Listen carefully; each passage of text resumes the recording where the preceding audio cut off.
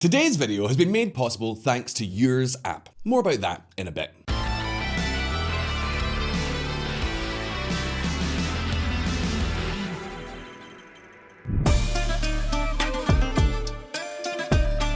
When US President Barack Obama announced his intention to reach an agreement with the Ayatollah regime on Iran's nuclear program back in 2014, relations between Riyadh and Washington began to crack. The former alliance, the old partnership, the special relationship between these two countries that had began back in 1945 when US President Franklin Roosevelt met with the Saudi king at the Suez Canal, was starting to crumble. For Riyadh, Washington's pact with Tehran was little short of a betrayal, and since then, things have gone from bad to worse. Now the Russian invasion of Ukraine and Riyadh's systematic refusal to support the US position and requests has made things worse than ever. Now the Russian invasion of Ukraine and Riyadh's systematic refusal to support the US's position and requests has made things worse than ever. But why on earth does Saudi Arabia continue to support Russia, and do so even though it may jeopardize its special relationship with the United States? Why have relations between Riyadh and Washington deteriorated so much? What is left of the old friendship between these two countries? Will Joe Biden be able to put the relationship back on track? In this video, we will answer all of these questions, but before knowing about this special relationship begins, let me talk to you about US app. US app allows you to achieve a better version of yourself with a few daily life hacks. Through specially developed meditation rituals, sleep stories, yoga practices, soundscapes, and more, US app will provide an irresistible safe haven where you can take guilt-free time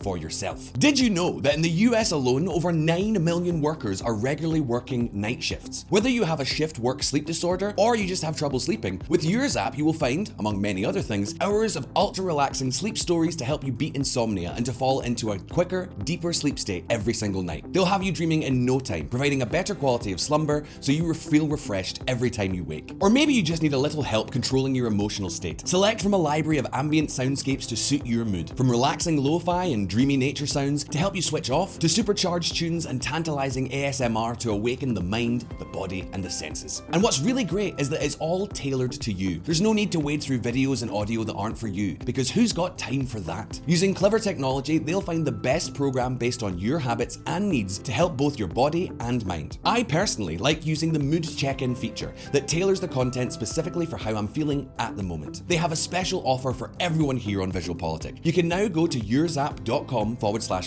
or use the code POLITIK and save 60% off the annual plan. And now, let's continue with today's video.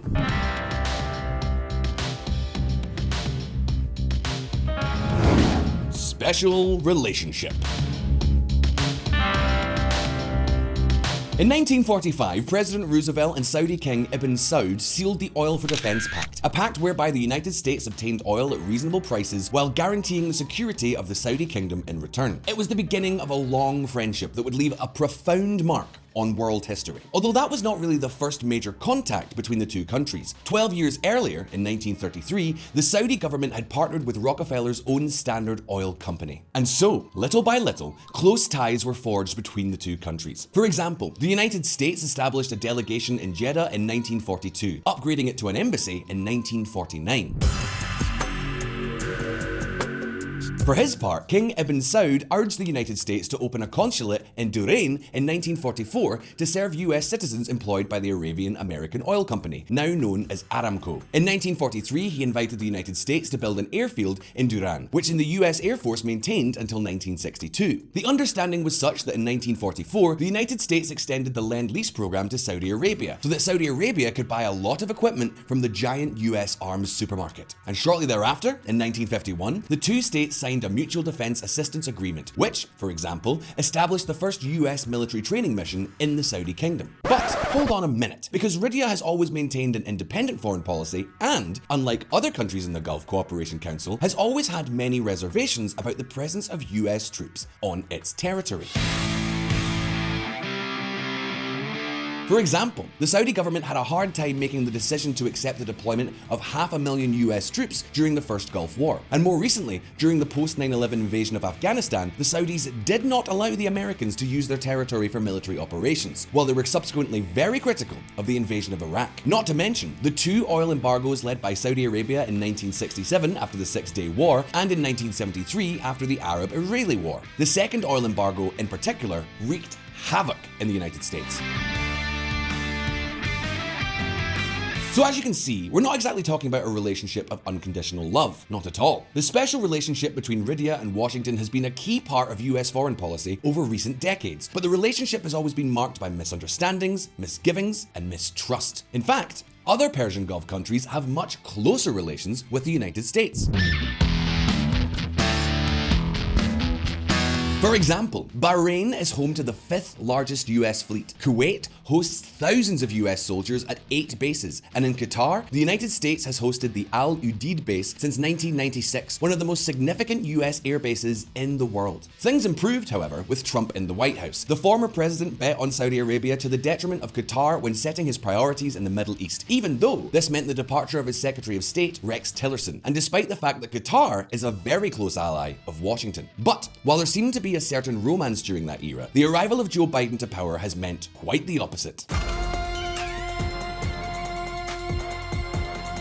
The Saudis see the current administration as the heir to the Obama administration that backed the Arab Spring, wanted to reduce the US presence in the Middle East, and sealed the nuclear deal with Iran, all of which infuriated the Saudi government led at the time by the late King Abdullah. To top it all off, Biden, unlike Trump, has been tremendously critical of the Saudi regime in the aftermath of the macabre, heinous, and vile murder of the journalist Jamal Khashoggi. The current US president went so far as to call Saudi Arabia a pariah country. But take note, VisualPolitik fans, because all these misgivings and disagreements are not only a matter for the Saudi government. Mohammed bin Salman is driving a major transformation in the country. We've talked about this a lot in a lot of videos. However, he is not particularly well regarded by the Americans. Extrajudicial murder will kind of do that. Let's just say that in Washington, they consider the new Saudi leader to be too impulsive and to hardly be trusted. Look at it this way. In Washington, they understand that the character has almost completely destroyed the balance of power in Saudi royalty, that he's reforming the Saudi political system so that everything revolves around him, that he's recklessly dedicated to get involved in the war in Yemen, despite warnings that it would be a huge mistake, that he ordered the vile murder of Khashoggi, and, to top it all off, he has attempted to blackmail the United States with his oil policy on several occasions.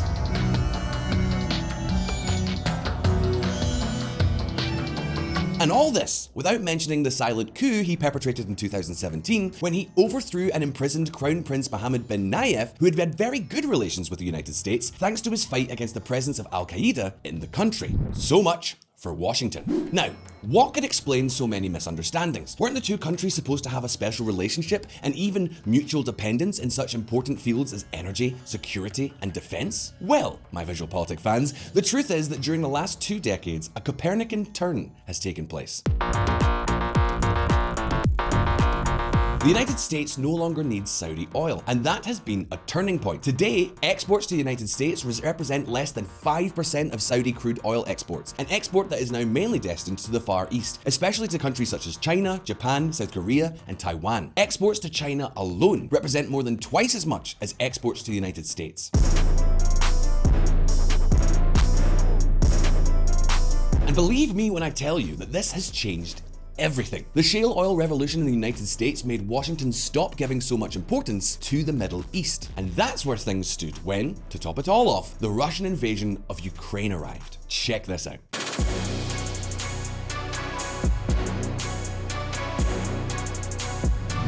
It's all about the money. This could end up being a huge turning point. Time and again, Riyadh has refused to condemn Moscow for its vicious invasion of Ukraine and has even expressed support for its partners in the group known as OPEC+. While the White House was leading a campaign to isolate Russia, Saudi Arabia's leaders continued to state things like this. Saudi Arabia signaled support for Russia's role in OPEC+ as sanction pressure mounts. And something that is even worse for US interests. Saudi Arabia has steadfastly refused to pump much more oil in an attempt to mitigate the effect of sanctions against Russia. Sanctions that have driven oil and gas prices to their highest levels in more than a decade. Of course, everything has an explanation. You see, Saudi Arabia remains the world's largest exporter of crude oil, and with Brent crude at over $100 a barrel, money is pouring back into the Saudi coffers. Here on VisualPolitik, we have already told you how this country faces a complicated future. On the one hand, its population is very young and accustomed to a relatively high standard of living. On the other hand, however, their oil revenues are no longer enough to support an ever-growing population in an economy that fundamentally continues to depend on black gold. In Saudi Arabia, you basically either work for the government or for the oil industry. The government of Mohammed bin Salman wants to change this situation and is doing so with plans such as Vision 2030. The problem is that in order to carry out these plans, the country needs money, a lot of money, and financially, the last few years have been very, very bad for the kingdom. Between 2015 and 2020, the fall in oil prices caused the country to consume a substantial chunk of its cash reserves. We are talking about hundreds of billions, a hole that seemed to be leading them straight into the financial abyss. But now, that's changed. The new oil prices mean that Saudi Arabia now has the chance to rebuild its reserves and return to financing investments in foreign companies and major projects that reduce dependence on crude oil. The windfall gains from the additional revenues we will get from higher oil prices will essentially be invested in resilience. Whether it's replenishing reserves, paying down debt, or investing in one-off transformational products through our wealth fund that really helps us accelerate diversification plans. Faisal Ibrahim, Minister of Economy and Planning, Saudi Arabia. Even the Saudi government is considering selling more Aramco shares now that Aramco has soared on the stock market and has once again become the world's most valuable company after overtaking Apple. But to achieve all these plans, the country needs the oil price to continue to rise for a good period of time. During 2022 alone, the country is expected to earn more than $280 billion from oil sales, 180 billion more than in previous years. And that, my friends, this goes without saying, is a lot, and I mean a lot of money. Support for Russia may tighten enough to ensure that these revenues keep coming in, and Riyadh may also be thinking that while Russian production begins to be reduced by sanctions, they can release a lot more oil without substantially depressing prices. This could give the kingdom a margin of 3 or 4 years of extraordinary income. We could be talking about more than $500 or $600 billion, a fortune with which its economic diversification plans would be accelerated. Of course, you kind of need to be wary of miraculous plans. Check this out.